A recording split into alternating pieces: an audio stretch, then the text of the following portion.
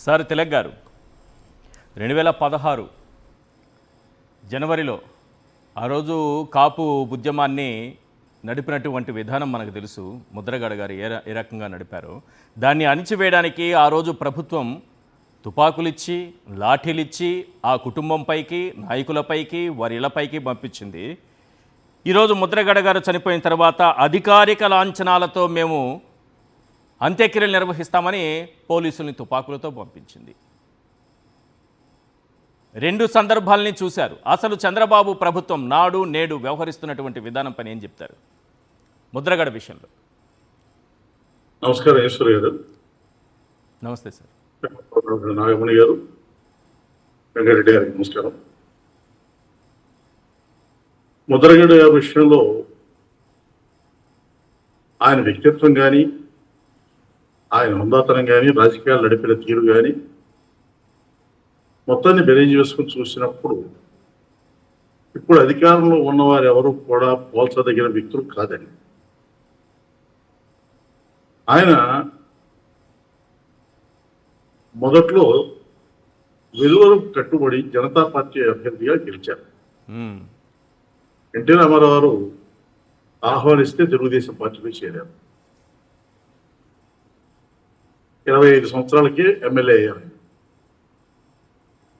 ఆ వయసులో ఆయనకి డ్రైనేజ్ బోర్డు చైర్మన్ ఇచ్చారు. ఆ డ్రైనేజ్ బోర్డు చైర్మన్గా ఉన్నప్పుడు ఒక రోజున ఎన్టీ రామారావు పిలిచి, ముఖ్యమంత్రి గారు పిలిచి, పద్మనాభన్ గారు ఎవరి దగ్గర పర్సు తీసుకున్న, పర్సు అంటే డబ్బు లంచం తీసుకున్నారా అని అడిగారు. మామూలుగానే పద్మనాభన్ గారు ఆయన మీద అవినీతి ఆరోపణలు చేస్తే అసలు సహించరు. చాలా ఆవేశంగా లేచి, సార్ మీరంటే చాలా గౌరవం నాకు, మీకు ఎవరు చెప్పారో తెలియదు, మీరు నన్ను అడిగే బదులు మీరు ఎంక్వైరీ నేను రాజీనామా చేస్తున్నా, ఇది ఒక కాగితం, మీరు ఎంక్వైరీ చేసుకుని తప్పుంది నాది, నేను తీసుకున్నానని చెప్తే ఎమ్మెల్యే పదవి కూడా రాజీనామా చేస్తాను, చేసుకోండి ఎంక్వైరీ అని చెప్పి ఆ కుర్చీలను తన్నుకుంటూ ఆయన బయటికి వెళ్ళిపోయాడు. ఆయన నిజాయితీకి అది దర్పణం. ఆ తర్వాత ఆయనతో మాట్లాడటానికి ఆయన వెరిఫై, ఇదేంటి కుర్రోడు నా మీద, చిన్న కుర్రోడు నా మీద ఇట్లా మాట్లాడతాడా, నేను చీఫ్ మినిస్టర్ అయ్యి ఉండి అని ఆయన ఆధారాల కోసం ఇంకో సంగతి చెప్పాలి ఇక్కడే. ఆయన్ని పద్మనాభం గారిని పిలిచి ముఖ్యమంత్రి గారు ప్రశ్నించినప్పుడు పక్కన ఉన్నటువంటి రూమ్లో ఎవరున్నారు? చంద్రబాబు నాయుడు గారు, నాదెళ్ల భాస్కర్ గారు, మరొక నాయకుడు ఉన్నారు. సరే, ఇది జరిగిన తర్వాత ఆయన ఏమైనా సరే దీన్ని రుజువు చేయాలి, సాక్ష్యాలు పట్టరని చెప్పేసి డ్రైనేజ్ బోర్డు ఏరియా అయినటువంటి తూర్పుగోదావరి జిల్లా నుంచి ప్రకాశం జిల్లా వరకు అధికారులను పిలిచి సాక్ష్యాలు ఉంటే పంపించండి అని చెప్పేసి అడిగారు. వాళ్ళు చెప్పింది ఏంటంటే, ఆయన లంచాలు తీసుకోలేదండి, ఆయన క్యారేజ్ తెప్పించుకుంటే డబ్బులు కూడా తిరిగి ఇచ్చారని చెప్పారు. ఇదంతా వెరిఫై చేసుకుని ఇచ్చాపురం ఎమ్మెల్యే కృష్ణారావు అనుకున్నప్పుడు ఆయన్ని పిలిచి ఎన్టీ రామారావు ఏమైనా పొరపాటు చెప్పావా, ఆయన వచ్చింది ఇన్ఫర్మేషను అని అడిగారు. నేను లిస్ట్ ఇచ్చింది దీనికోసం కాదండి, ఇది కాదు సబ్జెక్ట్, అసలు మీకు అది కమ్యూనికేషన్ గ్యాప్ క్రియేట్ చేశారు ఎవరు అని ఆయన చెప్పడం జరిగింది. ఓకే, ఆడున్నప్పుడు మీరు వెళ్ళి ఆయన తీసుకురండి అని చెప్పేసి ఎన్టీ రామారావు అడిగారు. ఈయన పద్మనాభం గారు రానంటే రానన్న, నేను అవినీతి పరుణ్ణి, మీరు వచ్చారంటే మీకు కూడా అంటుకుంటుంది, వద్దు రావద్దని చెప్పేసి.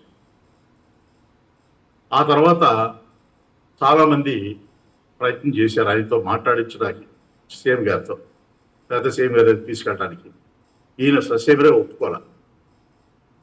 ఈయన ఎంత మొండివాడంటే, ఈ రోజుల్లో ఇప్పుడున్న పరిస్థితుల్లో చూస్తుంటే పదవి కోసం ఏదైనా చేసే మనుషులు ఉన్న ఈ స్థితిలో ఆ రోజున పద్మనాభం గారు చేసిన పని ఏమిటంటే, ముఖ్యమంత్రి గారు ఎవరితో ప్రయత్నాలు చేసినా ఆయన రావట్లేదని చెప్పి ఆయనే ఫోన్ చేశారు. ఫోన్ చేస్తే అప్పుడు ల్యాండ్ లైన్ ఫోన్లు ప్లగ్ తీసేసి ఆ వైర్లు కట్టేయాలి, దానికి ఫోన్ చుట్టేసి మంచం కింద పడేశాను. ఆ, మర్నాడు టెలికాం డిఈ రామారావు అనుకుంటా వెళ్ళి, సార్ ఇట్లా సీఎం గారు మాట్లాడతానంటున్నారు అని.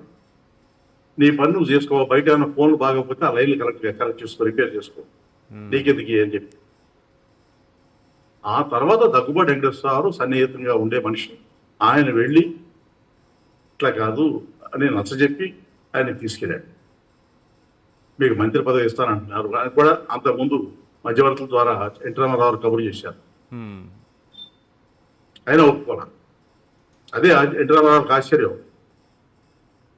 మంత్రి పదవి ఇస్తానన్నా ఒప్పుకోడు, సీఎం కబురు చేస్తానన్నా ఒప్పుకోడు, రాడు, రాజీనామా విత్డ్రా చేసుకోడు, ఇదే మనిషి అని చెప్పేసి ఆయన చివరికి దగ్గుబాటి సార్ తీసుకెళ్ళారు. ఉమ్, కమ్యూనికేషన్ గ్యాప్ బ్రదర్, ఇది మీకు సంబంధించింది కాదు, నా దగ్గరికి ఎవరెవరు వస్తూ ఉంటారు, ఏదేదో చెప్తూ ఉంటారు, నా మైండ్ తినేస్తూ ఉంటారు. నేను ఆ చిరాకులో మిమ్మల్ని అడిగాను, మీరు మీరు మీరు ఎక్కడ పొరపాటు చేయలేదు, మీకు మినిస్టర్ ఇస్తాను అని చెప్పాను. ఉమ్, తర్వాత జరగలేదు అది. ఆ తర్వాత ఈయన ఎమ్మెల్యే అయిన తర్వాత, మళ్ళీ గెలిచిన తర్వాత yes, కాగితం మీద రాయించుకుని మంత్రి పదవి తీసుకుంటానని ఉమ్, ఎన్టీ రామారావు దగ్గరికి తీసుకెళ్లారు. అప్పుడు ఆయనకి ఇచ్చిన శాఖ ఏమిటి? ఎక్సైజ్ శాఖ. ఉమ్, ఎక్సైజ్ శాఖ అంటే అప్పట్లోనే అవినీతికి ఆలవారం. అవును, ఈయన నిజాయితీ చూసి ఉమ్, ఆ శాఖను ఆయన చెప్పాడు. అది పద్మనాభం గారి గొప్పతనం. ఇవాళ మంత్రి పదవుల కోసం ఎందరి చుట్టూ తిరిగే మనుషులు ఉన్నప్పుడు ఉన్న ఈ పరిస్థితుల్లో ఆయన పదవి కోసం ఇస్తానన్నా కానీ వెళ్లకుండా ఎదురు తిరిగి ఎన్టీ రామారావు వంటి స్టాల్వర్డ్తో ఎదురు తిరిగి ఫైట్ చేయడం అనేది కరెక్ట్, ఆయన గొప్పతనం. మీకు ఇక్కడ ఈ సందర్భంలో ఒక మాట చెప్తాను. కాపు ఉద్యమం అన్నప్పుడు అవును, ఈ రాష్ట్రంలో ఉమ్, ఎన్టీ రామారావు వంటి దిగ్గజంతో, ముఖ్యమంత్రితో ఎదురు తిరిగి ఫైట్ చేసిన వ్యక్తులు ముగ్గురే ముగ్గురు. విభేదించవచ్చు, అవును, మిగతా కులాల్లో విభేదించవచ్చు, లేదా కాపుల్లోనే విభేదించవచ్చు, కానీ ఫైట్ చేసిన వాళ్ళు ఎస్, కాపులకు ముగ్గురే ముగ్గురు. ఒకరు ముద్రగడ పద్మనాభం గారు, రెండు వంగవీటి మోహన్ రంగ, ఉమ్, మూడు హరిరామ్ జోగయ్య గారు. ఆయన మంత్రి పదవి రాజీనామా చేశారు వంగవీటి రంగ మర్ర జరిగాక. అవును, ఆంధ్రజ్యోతి రాధాకృష్ణ, చంద్రబాబు నాయుడు గారు వెళ్ళి హోమ్ మినిస్టర్ ఇస్తామంటే ససేవరు ఒప్పుకోవాలి, ఆయన మంత్రి పదవి నాకు అక్కర్లేదని రాజీనామా చేశారు, దాన్ని ఆమోదించుకోవడం. అవును, ఈ ముగ్గురు ఉన్నారు. ఈ ముగ్గురులో ఇట్లా జరిగింది. ఇక పద్మనాభం గారు ఆ పదవి తీసుకున్న తర్వాత ఎంత నిజాయితీగా వ్యవహరించారనేది ఎస్, అందరికీ తెలిసింది. ఎస్, అయితే ఎప్పుడు రంగా మరణం జరిగిందో, రైట్, ఆ కాపునాడని సభ జరిగిందో, రంగాకు మద్దతుగా, రంగా జైల్లో ఉన్నాడు, ఆయన ఆర్గనైజ్ చేయలేదు. ఉమ్, కాపునాడు నాయకులు కొంతమంది ఆర్గనైజ్ చేశారు. ఆర్గనైజ్ చేస్తే ఆ సభకు ఆయన అటెండ్ అయ్యాడు. ఆ రోజు నుంచి ఆయన కాపు ఉద్యమాన్ని ప్రధానిస్తున్నాడు ఓకే, పద్మనాభం గారు. ఉమ్, కులాన్ని వేసుకుని ఆయన కులాన్ని అమ్ముకోలేదు, కులాన్ని నమ్ముకున్నాడు. ఉమ్, రాజకీయాల కోసం, పదవుల కోసం ఆయన కులాన్ని అడ్డుపెట్టి ఎవరికో తాకట్టు పెట్టి పదవులు పొందలేదు. ఆయన నిజాయితీగా ఆ కులం కోసం కొన్ని ప్రయోజనాలు, రిజర్వేషన్ వంటి ప్రయోజనాలు సాధించడం కోసం ఆయన ఫైట్ చేశాడు తప్ప ఆ కులాన్ని అడ్డుపెట్టుకునో అమ్ముకునో పదవుల కోసం ప్రయత్నం చేసిన దాఖలాలు లేవు. రైట్, ఇంకొక విషయం చెప్తాను. ఎస్, ఆయన ఎంత మొండివాడు అంటే, వంగవీటి మోహన్ రంగ గారు చనిపోయిన తర్వాత ఆయన హత్యకు విజయవాడలో అప్పట్లో ప్రైవేట్ సిటీ బస్సులు ఉండేవి. ఉమ్, ప్రైవేట్ సిటీ యజమానులు కొంతమంది డబ్బు కలెక్ట్ చేసి ఇచ్చారు ఆ చంపించిన వాళ్ళకి అనే సమాచారం రావడంతో ఈయన ఆ వివరాలు సేకరించారు. సేకరించి ప్రభుత్వం వచ్చిన తర్వాత చెన్నారెడ్డి గారి గవర్నమెంట్లో మంత్రిగా చేరగానే పట్టుబట్టి విజయవాడ సిటీ బస్సుల్ని జాతీయం చేయించాడు. ఓకే, అప్పటికే సిపిఎం ఉద్యమాలు చేస్తున్నాడు, ఉమ్, ప్రైవేట్ జాతీయం చేయాలి. రైట్, పద్మనాభం గారు పట్టుబట్టి, ఆయన పట్టుబడితే ఎలా ఉంటుందంటే ఇక తప్పించుకోవడం లేదు.